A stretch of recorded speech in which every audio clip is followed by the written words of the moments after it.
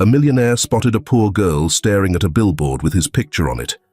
As he approached her, she suddenly exclaimed, "Why did you let me and my mother starve for 12 years?" The city pulsed with a rhythm of its own, a ceaseless hum of life, moving in sync with blinking neon lights and the soft vibration of passing cars. The glass facade of Smith Technologies towered above the streets, pristine and cold, its edges reflecting the remnants of a fading sunset. The air smelled of damp asphalt and the faint tang of exhaust fumes, mingling with the distant aroma of street vendors selling roasted chestnuts and coffee from makeshift carts. Inside, beyond the revolving doors and polished marble, Arthur Smith was a man encased in precision. His world was carved out of deadlines, data, and deals, a life that left no room for distractions. His time was counted in seconds, and his interactions were measured in terms of gain and loss. A handshake was a contract, a nod, a conclusion. Emotions were impractical, mere obstacles in the relentless pursuit of success. As he descended the last flight of steps leading out of the building, his presence was acknowledged in subtle, automatic ways.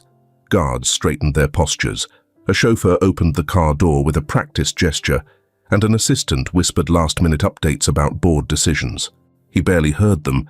His mind had already moved on to the next task, the next acquisition, the next move in a game only he seemed to understand. And then he saw her. She stood near the curb, a small, unmoving figure, dwarfed by the towering LED screen above. His own face flickered on the massive display, a moment frozen in high definition. Sharp suit, controlled expression, the face of a man who had mastered the art of detachment. The girl, no older than 10 or 11, was thin, her clothes threadbare, too light for the evening cold. Her hair was tangled, curling unevenly around her small face, and her hands were stuffed into the pockets of a coat 2 sizes too big. But what struck him was her stillness. She wasn't begging, wasn't looking for pity or coins tossed absent-mindedly by passers-by. She just stood there, staring up at his face on the screen, with an intensity that unsettled him. Arthur hesitated. He had encountered all kinds of people in his career, powerful men who thrived on deception, competitors who masked ambition with politeness, investors who could change the course of industries with a single nod. But this was different. This was a child. He turned slightly, the movement automatic, his body already preparing to step into his car, into familiar certainty. But something stopped him, something irrational and insistent. Instead, he walked toward her. She didn't flinch when his shadow stretched across the pavement. Up close, he could see the sharp angles of her face, the way her cheekbones jutted just a little too much, the way her lips were cracked from the cold. When she turned her head to look at him, her gaze was unreadable, too sharp for a child, too guarded for innocence. "You've been standing here a while," he said, his voice measured, the way he spoke in negotiations. The girl tilted her head slightly, considering him, as if assessing whether he was worth speaking to. "You like the screen?" he asked, following her gaze upward, feigning casualness. Her lips parted, but instead of an answer, she gave him something else entirely. "Why did you let my mother and me starve?" Arthur's breath caught, an unexpected blow landing squarely in his chest. For a moment, he wasn't sure he had heard correctly. The words were simple and direct, but they carried something sharp, something that cut through the layers of detachment he had built over decades. He blinked, searching her face for context, for a mistake. The response died in his throat. The girl's expression didn't waver. She wasn't crying, wasn't pleading. She wasn't even angry in the way he might have expected. There was only a quiet fury, controlled and restrained, as if she had carried those words inside her for so long that they had lost their heat, but none of their weight. Arthur exhaled slowly, steadying himself, reaching for logic in a situation that didn't seem to have any. "There must be a mistake," he started carefully. Her small shoulders squared. No mistake. He's you, right? The little girl pointed to the big screen above. He was used to dealing with crises, but nothing in his decades of negotiating hostile takeovers or diffusing corporate disasters had prepared him for this conversation with this girl on this street, beneath the cold gaze of his own image towering above them. A rush of fragmented thoughts flooded his mind, memories clashing against reason. Who was she? Who was her mother? Why was she saying these things? Arthur Smith had spent 12 years searching for something he thought he had lost forever. And now, something had found him first. The streetlights flickered as the wind swept through the avenues, carrying with it the muffled hum of an evening city in motion. Pedestrians passed in a blur of conversations, laughter, and the occasional honk from impatient drivers stuck in traffic. Somewhere, a street musician played a melancholic tune on an old violin, its notes thin against the restless air. Life moved around them, oblivious, as Arthur stood motionless, the girl's words ringing in his ears like a distant, persistent echo. Why did you let my mother and me starve? His body registered the cold before his mind caught up. A late autumn breeze cut through his tailored coat, but it was nothing compared to the ice settling in his veins. He had been prepared for negotiations, board meetings, power plays. Not this. Not a child with his face in her eyes and resentment in her voice. Arthur knelt down, his movements deliberate. The concrete beneath him was rough, the city's chill seeping through his slacks. Face to face, the girl seemed even smaller than before, her features delicate but worn in a way that no child should be. She did not flinch, did not look away.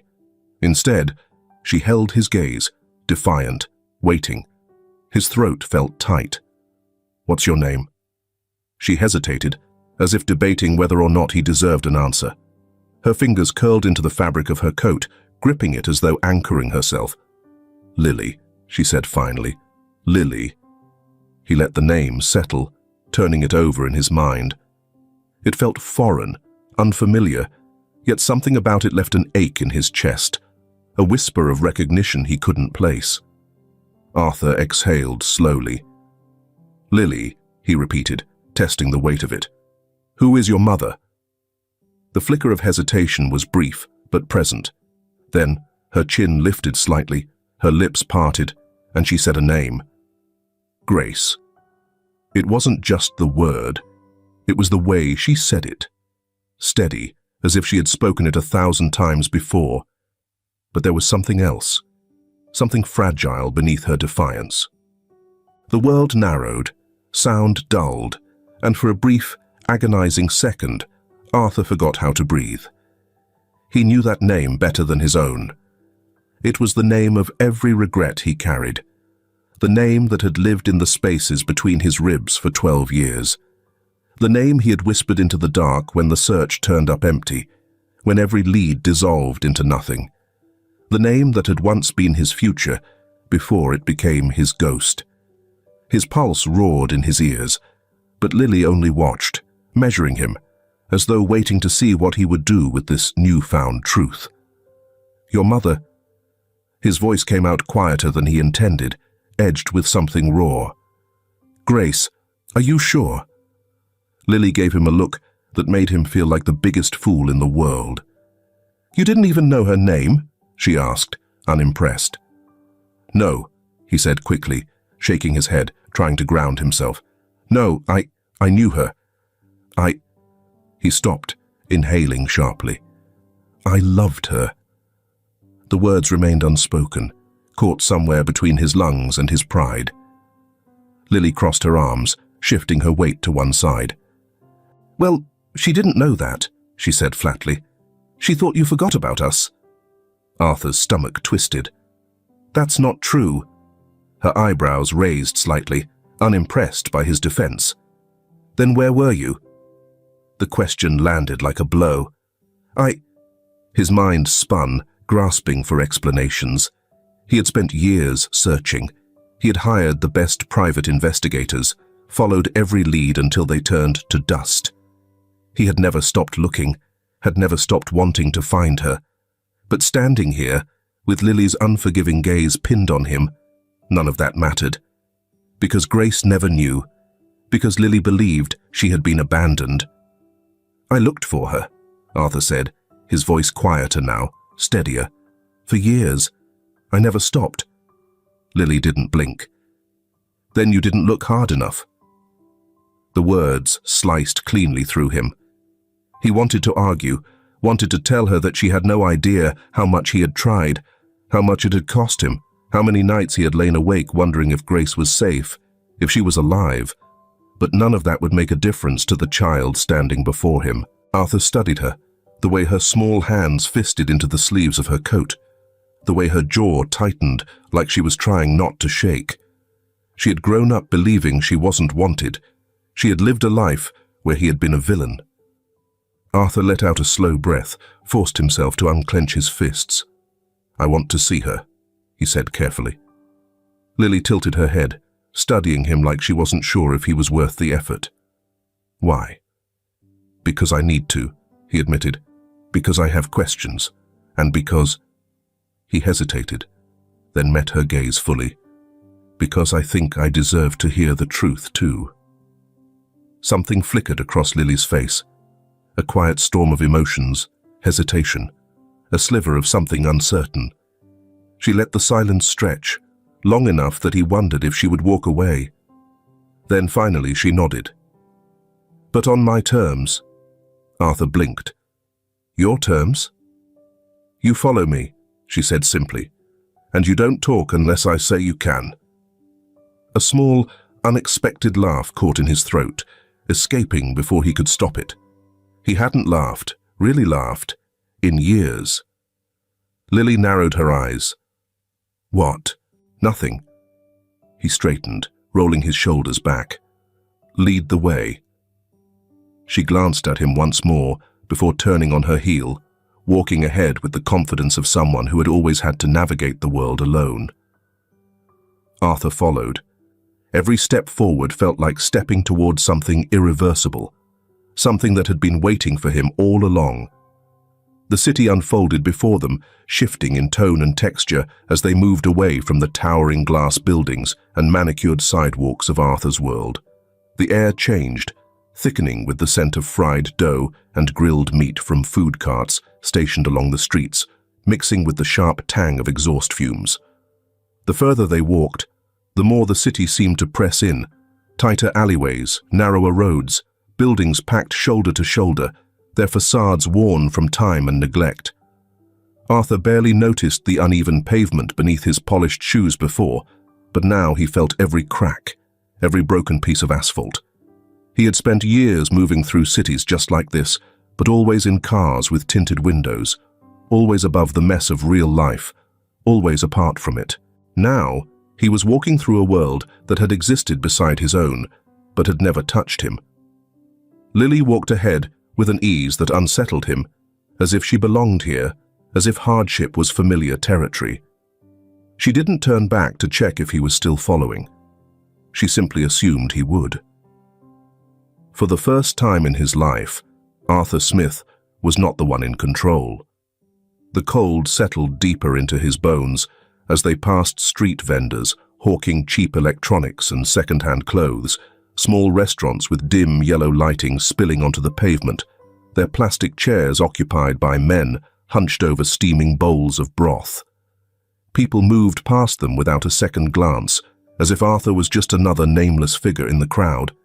It had been years since he had been invisible. The realization unsettled him more than he cared to admit. Lily didn't say a word during the walk. She didn't ask questions, didn't fidget. She was completely at ease with silence. Arthur, however, felt the weight of it pressing down on him. He wanted to ask her how long they had lived here, if her mother was okay, if she had ever gone to school, if she had friends. But every question he thought of felt too big, too late. After nearly 20 minutes of walking, Lily finally stopped. Arthur looked up, his gaze settling on the building in front of them. It was a narrow, crumbling apartment complex, the kind he had only ever seen in reports about poverty and housing crises, places that existed in statistics and policy meetings, but never in his own reality. The paint was peeling, the stairwell rusted, and the windows patched with plastic where glass had broken and never been replaced. Arthur felt something press uncomfortably against his ribs. His daughter had grown up here. Lily didn't hesitate. She slipped through the front entrance like it was second nature, leaving Arthur no choice but to follow.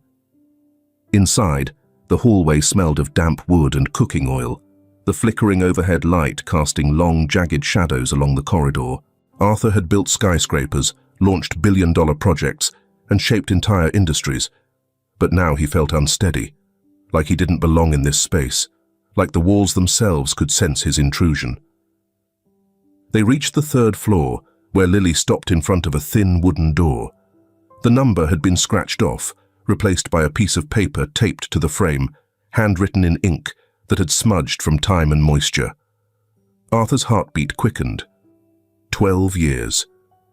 He was about to see her after 12 years. Lily raised her small fist and knocked. A shuffle from inside. A pause. Then the door creaked open, and there she was. Grace. She looked older, thinner, her face sharper than he remembered, her hair tied back messily, dark strands falling loose around her jaw. She wasn't wearing makeup.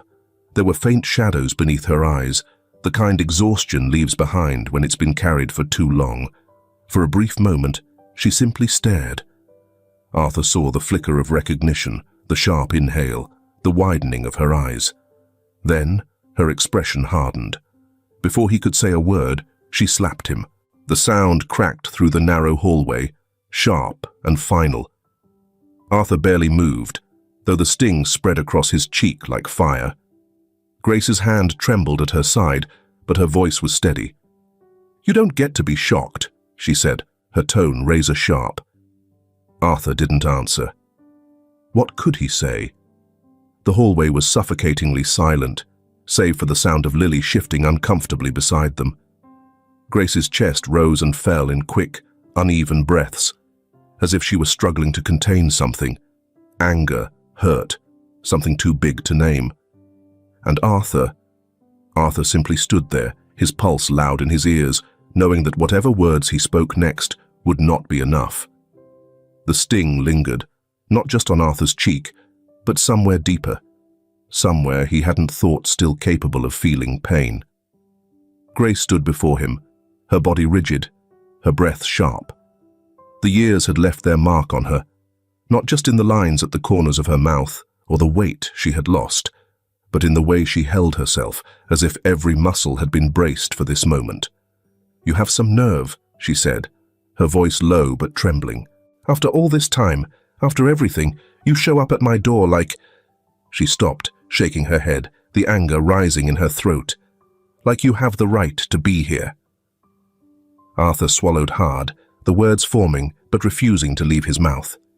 He had played out this moment in his mind before, imagined what it would be like to see her again, but nothing had prepared him for this.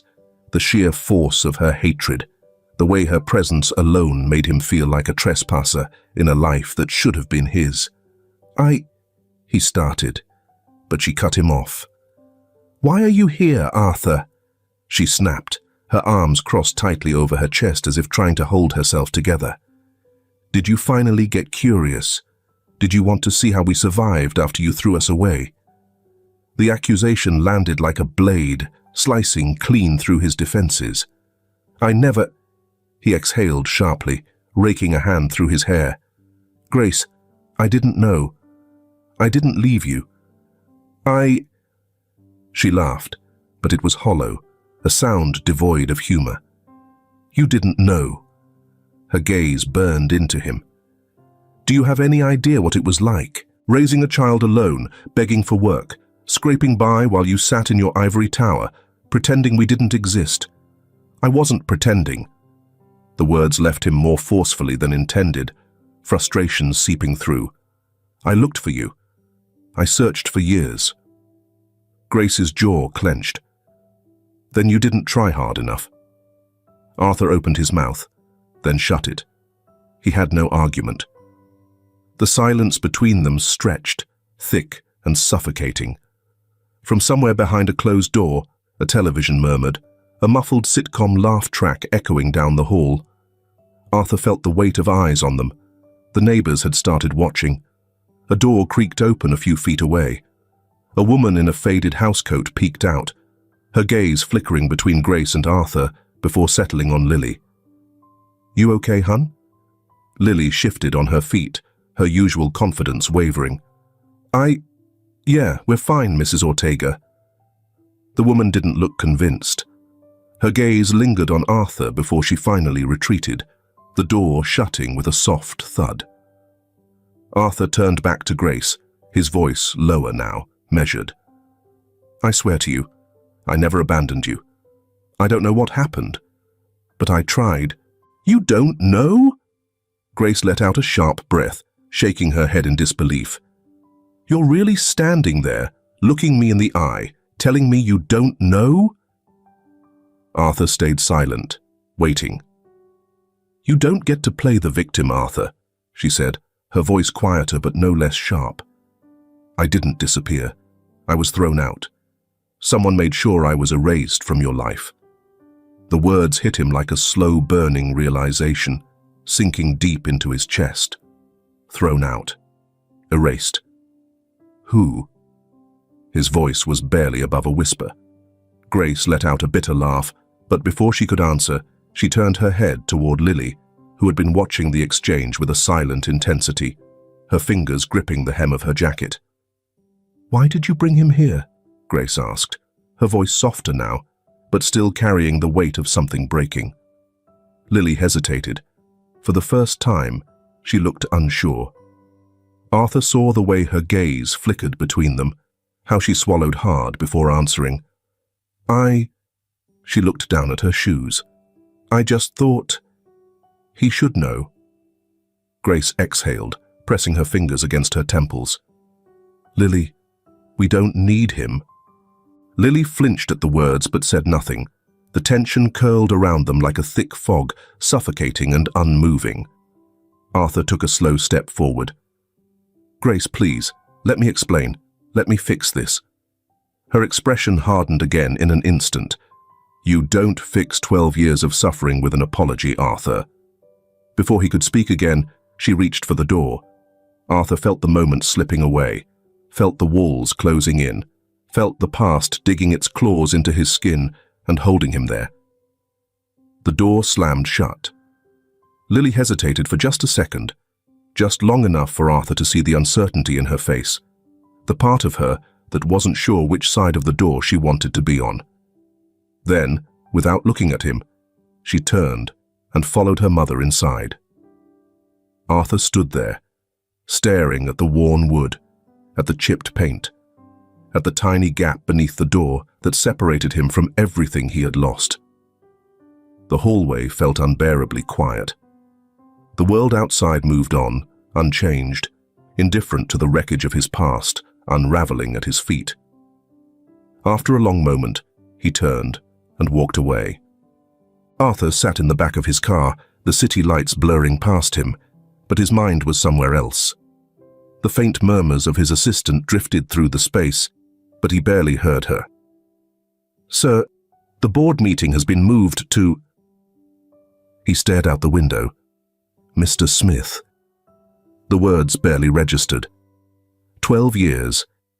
He had spent 12 years searching, and now, standing at the edge of the truth, he realized something chilling. He had never even been looking in the right place.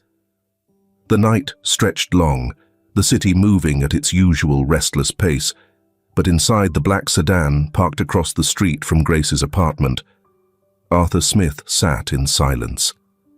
The dashboard lights cast a dim glow over his hands, fingers interlaced as he stared at the window 3 stories up.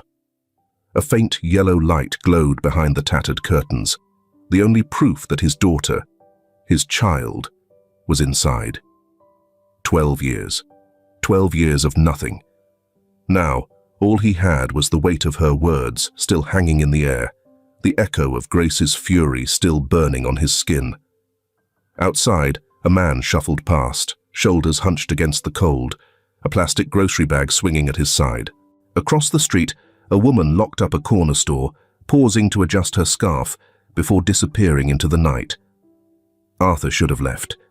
There was nothing here for him. Grace had made that clear.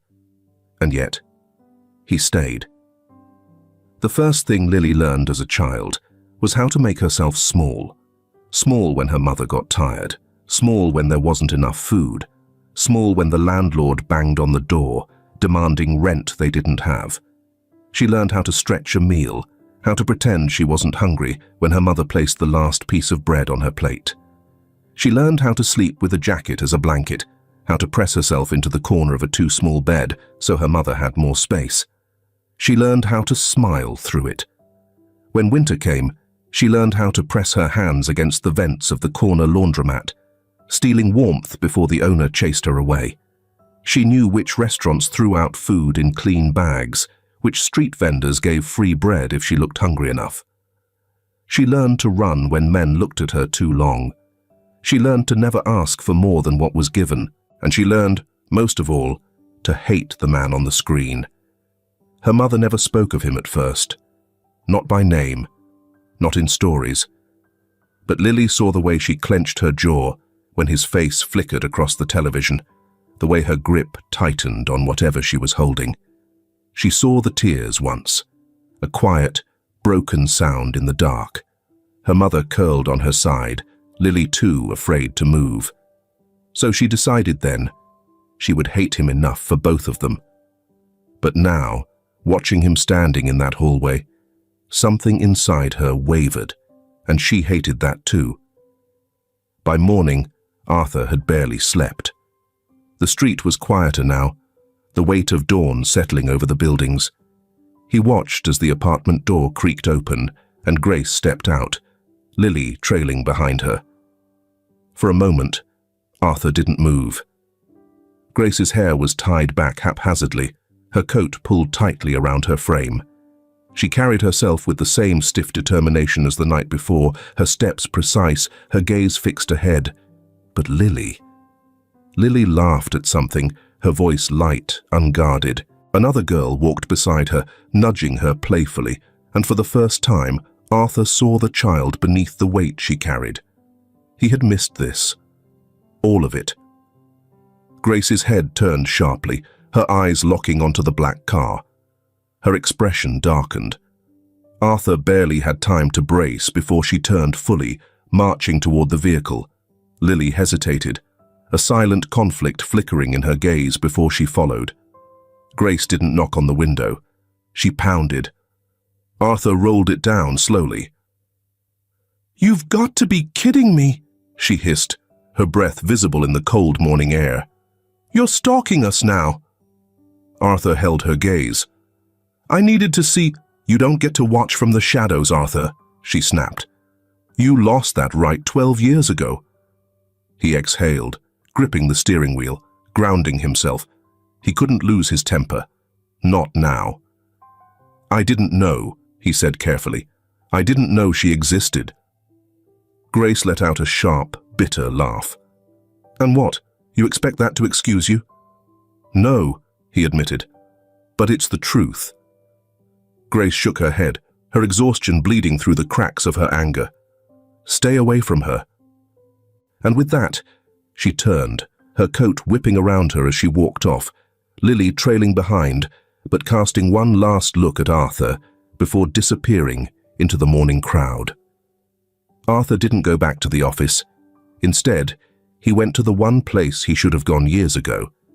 The office was smaller than he remembered, tucked away on the east side of the city. A thin man in his 60s sat behind a desk, cluttered with papers, his reading glasses perched on the tip of his nose. The moment he looked up, recognition flickered across his face. "Smith," the man, Daniel Turner, greeted, setting his pen down. "Didn't think I'd see you again." Arthur didn't bother with pleasantries. 12 years ago, I hired you to find someone." Turner leaned back in his chair, studying him. "Yeah, and I told you, she disappeared without a trace." Arthur's jaw tightened. She didn't disappear. She was erased. Silence stretched between them, heavy, unspoken. Turner sighed, rubbing his temple. I figured something was off. Every lead went cold too fast. Every source dried up before I could reach them. It was like someone was covering her tracks in real time. Arthur felt his hands curl into fists. Who had that kind of power? Turner hesitated. I'm not sure, but I think they'll be the one directly related to you, he said. I will find out soon. Arthur closed his eyes. This wasn't just about lost time anymore. This was war. The first package arrived 2 days later. A brown paper bag left outside their apartment door. Neatly packed inside were groceries, fresh fruit, bread, canned goods, and a bag of rice that was heavier than anything Grace had been able to afford in months. Grace knew immediately who had sent it. She stared at the bag for a long moment, hands curled into fists at her sides. Then, without hesitation, she picked it up and dumped everything into the trash. Lily saw. She didn't say anything at first, just stood in the doorway, her small hands gripping the frame.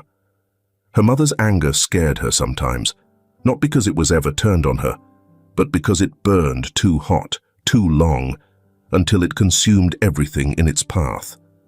That night, Lily didn't ask about the food, but the next day, when another bag appeared, this time tucked inside her school bag, she didn't tell her mother. Instead, she kept it. Arthur never saw Grace throw the food away, but he suspected she would. That didn't stop him. Every morning, deliveries were made. Groceries, school supplies, warm clothes. Not enough to overwhelm, just enough to make things easier. He never attached his name to anything, but Grace knew. The first time she found cash tucked inside Lily's backpack, she nearly tore the apartment apart in fury. "Did you take this from him?" Lily looked at the wrinkled bills in her hands. $20. Not enough to change their lives, but enough to help. She shook her head. It was just there. Grace's expression hardened. She grabbed the money and tossed it out the window. Lily watched it flutter away. Later that night, she sat on the fire escape, knees pulled to her chest, staring at the city stretching below. She thought about all the times they had gone to bed hungry, the times her mother had gone without eating, just so Lily could have a little more. She thought about what it would feel like to not always be struggling, and she hated herself for thinking it. Arthur noticed small changes. Lily's coat was still too thin for the season, but she started wearing the new gloves he had sent. The school supplies he had delivered were being used.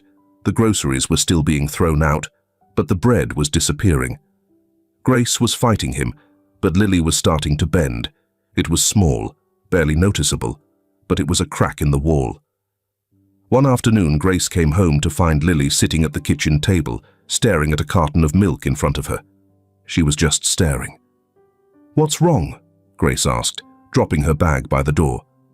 Lily didn't look up. "Did you know the milk expires slower when it's not from the discount store?" Grace froze. It was such a small thing, something a child shouldn't have even noticed. But Lily had always noticed. A lump formed in Grace's throat.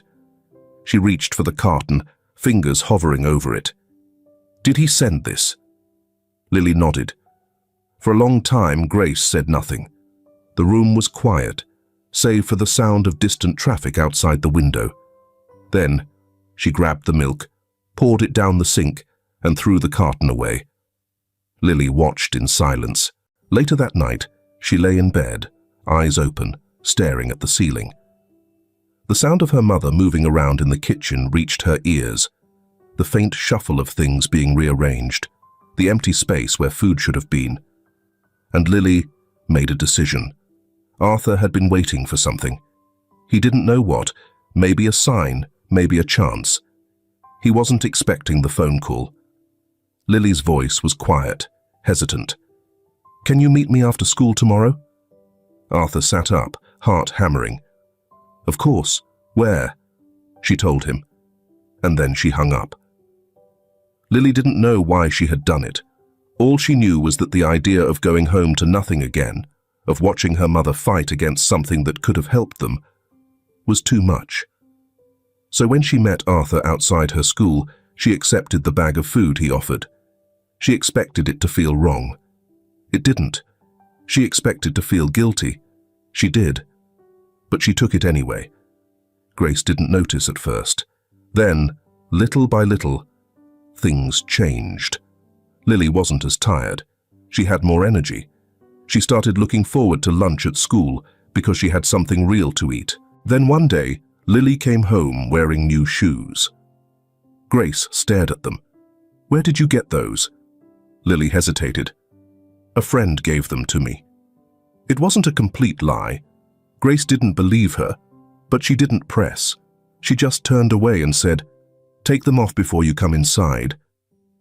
Arthur knew it wasn't enough. Groceries weren't enough. School supplies weren't enough. Money wasn't enough. They needed more. They needed a home. It took weeks. Finding the right place. Making sure it wasn't obvious he had arranged it. Securing everything in a way that Grace wouldn't be able to refuse outright. Then, one day, it was done. A clean apartment. A real home. No leaks. No broken windows. A school nearby. Arthur had the lease signed and left the keys for them. Grace nearly threw them back in his face, but then Lily saw the place.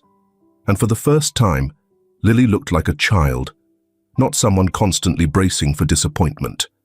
She ran through the rooms, touching everything, her eyes wide, her face open in a way that Grace hadn't seen in years. And Grace caved. She didn't say, "Thank you." She didn't acknowledge Arthur as she stood in the doorway, watching Lily press her hands against the clean glass of the window, looking out at the city like she belonged to it now. Instead, she simply stepped aside. For the first time, Arthur was allowed inside, even if it was just to carry boxes. The office was colder than Arthur remembered. It was a relic from a past life, tucked away in the same corner of the city where he had last searched for Grace, where he had last held on to hope before it slipped through his fingers. Daniel Turner sat across from him, the old detective's fingers tapping an uneven rhythm against the worn wooden desk. Arthur had spent years living with unanswered questions. He wasn't ready for what came next. "You're sure about this?" Arthur's voice was even, but his grip on the chair's arm tightened. Turner slid the folder toward him. "I double-checked everything. Surveillance footage from 12 years ago, gone. Every paper trail wiped. Private investigators either paid off or warned away." He paused. "Whoever did this wasn't just trying to make her disappear. They wanted to make sure you never found her." Arthur stared at the file. Turner leaned back, sighing. "All roads lead back to one person." Arthur turned the folder over, eyes landing on the name. Rachel Smith. His breath caught. The name sat there, plain as day, a wound he had never seen coming. "No," Arthur said, his voice almost too quiet to hear. "Not Rachel." Turner exhaled through his nose. "I had a hard time believing it too, but it makes sense, doesn't it? Who else had the power? Who else had access to your life, your business, and enough pull to erase someone from existence?" Arthur's stomach twisted. Rachel, his own sister. Rachel, who had stood beside him at their mother's funeral, hand in his, whispering that they only had each other now. Rachel, who had managed his affairs when he was drowning in work, who had been his most trusted confidant. Rachel, who had looked him in the eye for 12 years while knowing exactly where Grace had been. Arthur pressed a hand to his forehead, trying to steady himself, but his pulse roared in his ears. "You really didn't suspect?" Turner asked, though his voice held no judgment. Arthur let out a hollow laugh. Not for a second. That was the worst part. He had trusted Rachel implicitly. He had never questioned her loyalty, never once thought she could be capable of something like this. Turner watched him carefully. "What do you want to do now?" Arthur didn't answer. He couldn't, because he didn't know what to do with this truth. This realization that the person he had loved and trusted most had been the one to steal 12 years of his life, 12 years of his daughter's life. The rage built slow, a simmering heat in his chest. This wasn't just about lost time. This was betrayal. Across the city, Grace sat in the apartment that wasn't hers, watching Lily scribble on a piece of paper at the kitchen table. The apartment was clean, warm, filled with things they hadn't had before. A fridge that worked, a heater that didn't sputter out in the middle of the night, a bathroom with tiles that weren't cracked. She should have hated it. She should have thrown the keys back in his face. But then she had seen Lily's face, the way her daughter had lit up when she saw the space, the way she had let herself hope for once, and Grace hadn't been able to take that away from her. She shifted in her chair, rubbing at her temples. For 12 years, she had believed one thing, that Arthur Smith had abandoned her, that he had walked away without looking back. But now, there was a crack in that certainty. She could still see the shock in his eyes when she had told him she had been erased, the genuine confusion, the anger that hadn't been for her, but for something he didn't understand yet. And the worst part, for the first time in 12 years, she wasn't sure if she had hated the right person. She closed her eyes. Could she have been wrong? Had she wasted years despising a man who had never even known the truth? A part of her wanted to believe it. Another part of her was terrified too. Because if she had been wrong, if Arthur really hadn't known, then what had all those years of suffering been for? And who had taken everything from her? Arthur drove back to his penthouse in silence. The city blurred outside the windows, but his mind was stuck in the past, unraveling every moment with Rachel, replaying every conversation, every reassurance she had given him over the years. "I'm sorry, Arthur. There's no trace of her. Maybe she didn't want to be found. You need to let it go. Move on. If she had wanted to be with you, she would have been." Lies. All of them. He stepped into his apartment, the cold sterility of the space glaring in its emptiness. For years, he had thought of this place as a refuge. Now, it felt like a prison. He picked up his phone, fingers tightening around it. Rachel. She had known. And she had stood there, at every family event, at every board meeting, smiling like she hadn't stolen his entire life from him. Arthur exhaled, the anger rolling through him in waves. He had spent 12 years searching for the wrong answers. Now, he finally had the right one, and soon Rachel would have to answer for it. The elevator ride to Rachel's office felt longer than usual, though it took only seconds. Arthur stood rigid, his jaw locked, his hands clenched at his sides as the numbers above the doors blinked in succession. He could feel the pulse in his throat, his breathing controlled but sharp. The sterile glow of the office lights reflected on the steel panels, casting a cold, unfeeling sheen across his face. Then, the doors slid open. Rachel's assistant barely had time to look up before Arthur strode past her, ignoring her startled protest. "Mr. Smith, she's in a meeting." Not anymore. Arthur slammed open the door to his sister's office. Rachel sat behind her desk, poised, calm, like she had been expecting him. The executive across from her, a well-dressed man in his 50s, froze mid-sentence. "Leave," Arthur ordered. The man hesitated. Rachel didn't. "We'll continue this later, Michael." Her voice was smooth, unaffected. The man glanced between them, sensing the storm brewing, then grabbed his briefcase and exited. Arthur shut the door behind him, the click loud in the silence that followed. Rachel leaned back in her chair, folding her hands neatly over the polished wood. "I assume you found out," she said, no surprise in her tone. Arthur's breathing was slow, measured, but his hands itched to slam against the desk, to shake the answers out of her. "You took her away from me." His voice was low, almost deadly. Rachel didn't flinch. "I protected you." Arthur let out a bitter, disbelieving laugh. "Protected me?" She tilted her head slightly, studying him the way one might examine a wounded animal, You don't see it now, but I did what had to be done. By erasing my daughter. His voice rose, anger cracking through the control he was barely holding on to. By making Grace think I abandoned her.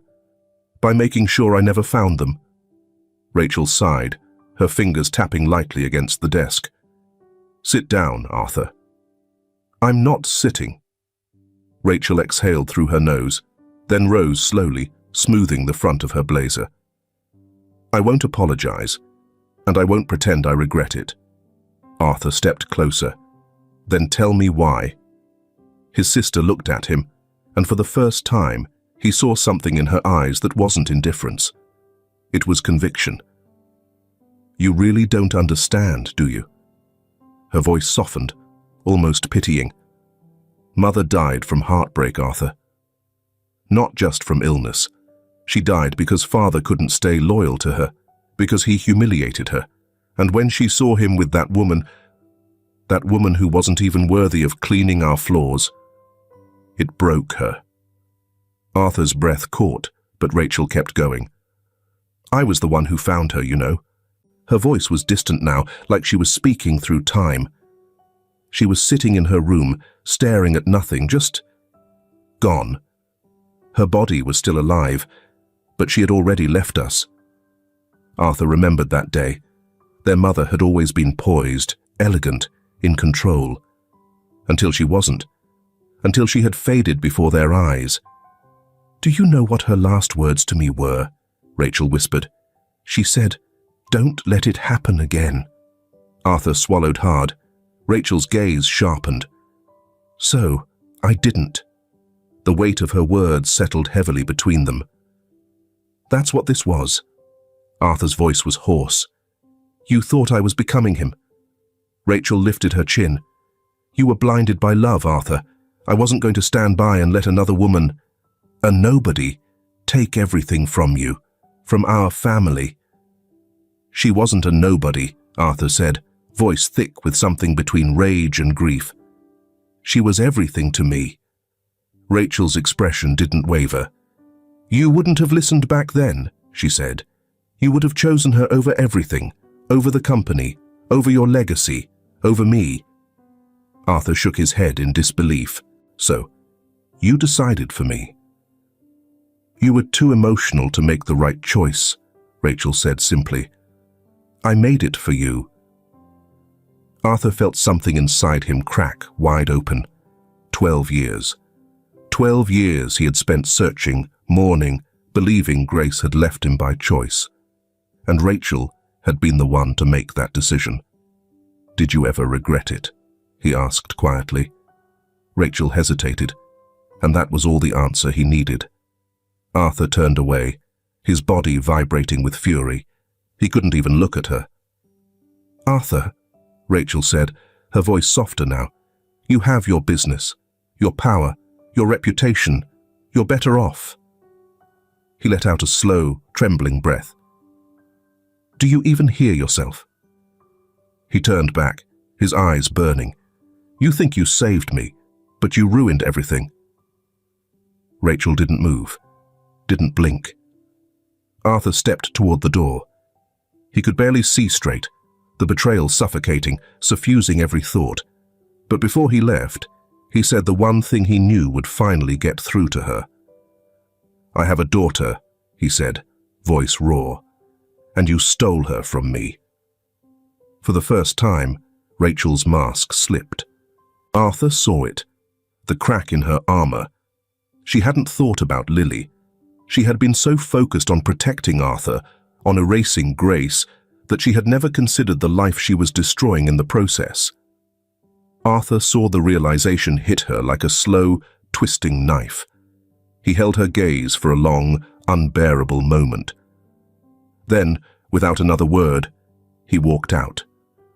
Rachel didn't stop him.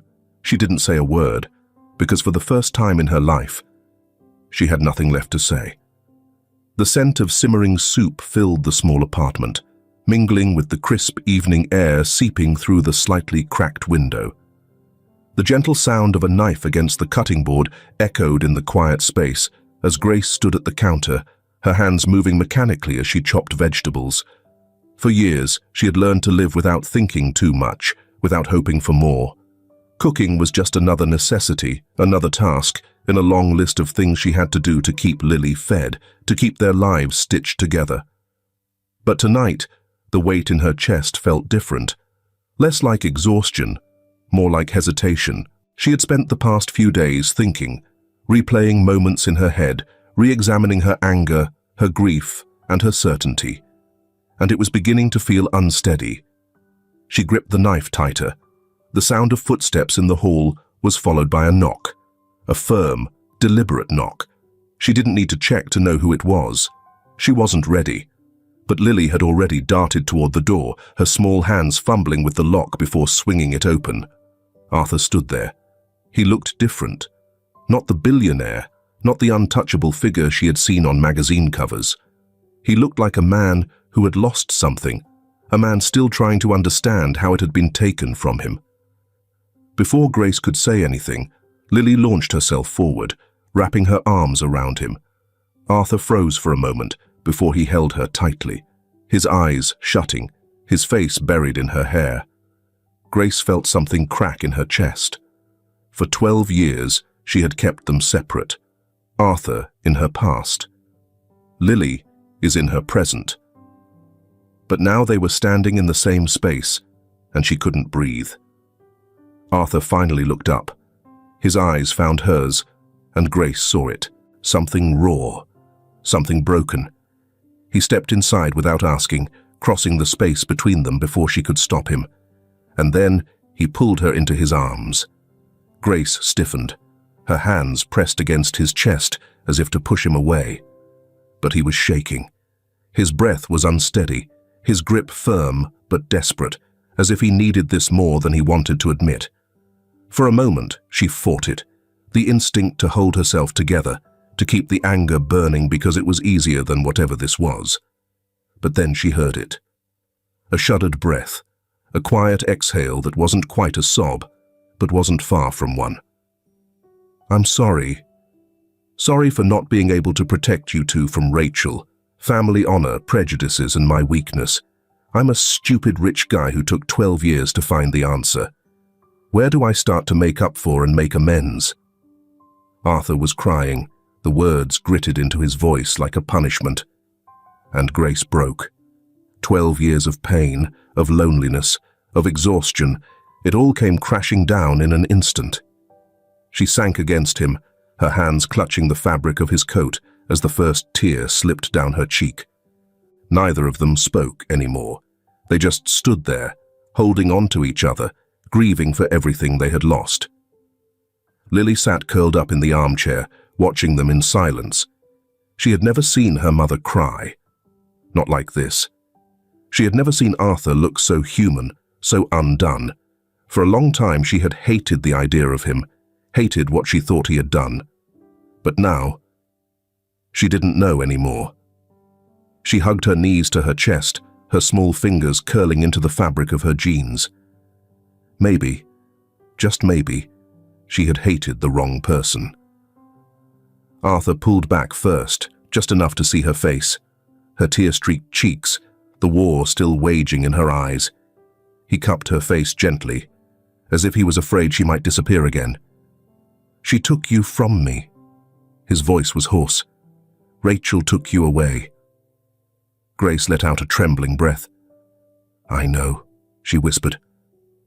Arthur closed his eyes. It didn't erase everything. It didn't fix the years they had lost. But in this moment, they weren't enemies anymore. They were just two people who had been broken by the same lie. And for the first time in 12 years, they weren't alone in their grief. Rachel sat alone in her office, the dim glow of her desk lamp illuminating the polished surface of the mahogany table. The city lights sprawled beneath her window, a vast kingdom she had helped Arthur build, a kingdom she no longer belonged to. Her fingers hovered over a stack of old photographs, their edges worn from years spent tucked away in a drawer she never opened. A picture of her and Arthur as children, their mother smiling softly behind them. A picture of Arthur with Grace, the only one she had ever let herself keep. A moment before everything changed. Rachel exhaled, rubbing her temple. For the first time in 12 years, she didn't feel certain. She had spent over a decade believing she had done the right thing, that she had protected Arthur, safeguarded his legacy, saved him from a mistake. But then, she had seen him, broken, empty. She had seen the way he looked at that little girl, the daughter he should have known. Rachel closed her eyes, her mother's voice echoing from the past. Don't let it happen again. But had she prevented history from repeating, or had she become the villain in it? She stood abruptly, reaching for her phone. Find me Grace's address, she said, her voice steady, even as her fingers trembled. Her assistant hesitated on the other end of the line. Mrs. Smith, may I ask why? Rachel almost didn't know how to answer. For years, she had erased Grace from existence. Now, she was asking to find her. I just need it, she said. Tonight. The line clicked dead. Rachel stared at the skyline, her reflection barely recognizable in the glass. She had spent her whole life fighting for control. But what had she really won? The rain fell in thin, quiet sheets against the city skyline, blurring the golden glow of the streetlights. Rachel stood alone, watching from across the street as Arthur stepped out of Grace's apartment building, his coat draped over Lily's small shoulders. For the first time in years, he looked at peace, not entirely whole, but healing. She had thought she would feel relief. Seeing him like this, seeing him safe, still standing after everything she had done to protect him. But all she felt was the weight of her choices pressing down on her chest. She had convinced herself for years that she had been right, that Arthur needed her to make the hard decisions, that he would have thrown his entire legacy away if she hadn't intervened. She had told herself that taking Grace out of his life was an act of love. But as she watched him now, a father holding onto his daughter, a man rebuilding a love he had been robbed of, Rachel understood the truth. She hadn't protected him. She had stolen from him, stolen his family, stolen his happiness. And for what? To preserve a legacy that had never been hers to control? To uphold the illusion of family honor when their family had been broken long before Grace ever entered the picture? She had told herself she was different from their father, but standing there, watching Arthur, a man who had found his way back despite everything, she realized she had been exactly like him. The next morning, Arthur arrived at his office to find an envelope waiting for him. No name, no return address, just a single sheet of paper inside. I resign from my position at Smith Enterprises, effective immediately. I have transferred my shares back to you. No explanation, no plea for forgiveness, just a signature at the bottom, Rachel. Arthur let the paper slip from his fingers, exhaling slowly. This was her goodbye. She wasn't asking for absolution. She was leaving, walking away from everything she had built, everything she had clung to. Arthur should have felt victorious. Instead, he felt empty. Because despite everything, Rachel had been his sister, his closest confidant. And now, she was gone. Rachel's new life started in a town that didn't know her name. The modest home she moved into had creaky floors and a draft in the winter. The neighbors were friendly but kept their distance, sensing something in her that wasn't ready to be known. She worked quietly, volunteering at a local shelter, handing out food to struggling families. At first it had felt foreign, this act of giving without expecting control in return. But then she met a woman who reminded her of Grace. A mother, exhausted, holding onto her child's hand, as if it were the only thing tethering her to the world. And Rachel finally understood. She had been so afraid of history repeating itself that she had become the thing she feared most. So, she stayed. She didn't seek redemption, but she hoped one day to deserve it. And that would have to be enough. The new house stood at the edge of a quiet neighborhood, where the city's noise faded into something softer, something that felt closer to peace. It wasn't extravagant. wasn't the cold, towering structures Arthur was used to. It was warm, with wide windows that let in the afternoon sun and a small garden out front. Nothing like the penthouses and high-rise buildings he had called home. And yet, this place felt more real than anything he had ever owned. Arthur stood outside, hands in his coat pockets, watching Grace and Lily step inside first. He still didn't know how to exist here, in this version of his life, where he had a daughter who looked at him with something other than suspicion, where Grace no longer met his presence with walls built from old wounds. He had lost 12 years. He didn't know if he could ever make up for them. But today, they were here. And that was something. Inside, Grace moved slowly, trailing her fingers over the wooden kitchen counters, the bookshelves that still needed filling, the staircase leading up to rooms she never thought they would have. This was Arthur's doing. She had tried to fight it, had told him she didn't need charity. But when Lily had seen the house, when she had run through the empty hallways, laughing, spinning in the kind of joy Grace had rarely seen from her, she had given in. Not for herself, for Lily.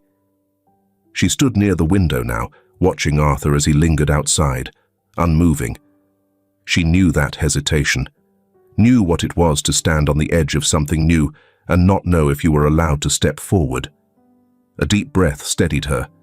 Then she spoke. "You're allowed to come in, you know." Arthur looked up.